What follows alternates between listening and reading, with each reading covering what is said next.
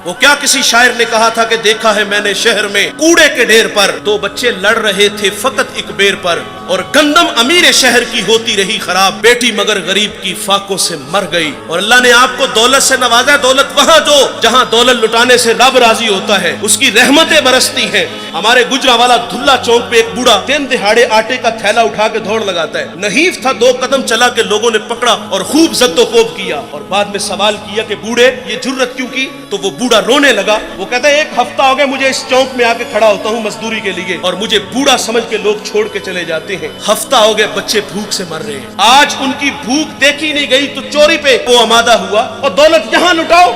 یہ نوائے وقت میں ایک خبر چھپی تھی، کمالیہ کی بیٹی وہ شادی کے قابل تھی، ایک رشتہ ملا، ادھر سے بارات آ رہی ہے، ادھر بیٹی والے تیاریوں میں، ہمسائیگی میں سے کسی نے شرارت کی کہ جس کے گھر میں آ رہے ہو وہ اپنی بیٹی کو چند جوڑوں کے سوا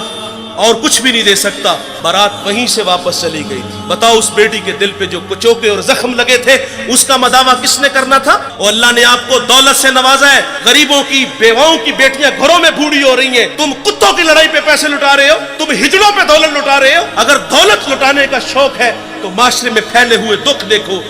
یتاما مساکین پہ دولت لٹاؤ تاکہ تم خدا کی رحمتوں کے مستحق ٹھہرو، لیکن دولت وہاں دی جہاں نفس کو حظ ملا۔ جب اس بیٹی نے کہا کفل مجھے بھوک تیرے تک کھینچ لائی ہے، یہ ایک جملہ کفل کی ہدایت کا سبب بنا، دل کے آئینے پہ چوٹ لگی، کفل رونے لگا، ہاتھ جوڑ کے کہتا ہے بہن مجھے معاف کر دے، تو جس عزت سے آئی ہے اسی عزت سے واپس گھر چلی جا اور میرے لیے دعا کر اللہ مجھے معاف کر دے۔ وہ بیٹی گھر چلی گئی اور ادھر تقدیر کا قلم چل گیا، اسی رات کفل کو موت آ گئی۔